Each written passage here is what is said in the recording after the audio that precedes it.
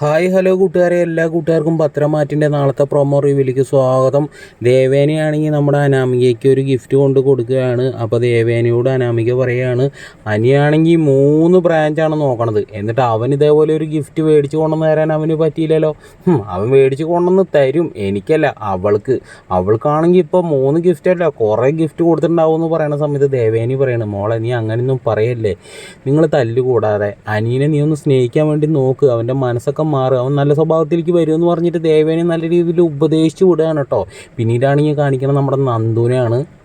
നന്ദു ആണെങ്കിൽ നയനോട് പറയുകയാണ്, ഞാനും അനിയും തമ്മിൽ കണ്ടുമുട്ടിയില്ലെങ്കിലും ഞങ്ങൾ സംസാരിച്ചില്ലെങ്കിലും ഒരു കാരണവശാലും അനി അനാമികയായിട്ട് നല്ല രീതിയിലുള്ള ഒരു കുടുംബജീവിതം കൊണ്ട് നടക്കില്ല എന്ന് പറയാൻ കേട്ടോ. അത് കേൾക്കുമ്പോൾ നയനയ്ക്ക് വല്ലാത്തൊരു ഷോക്കാവാണ്.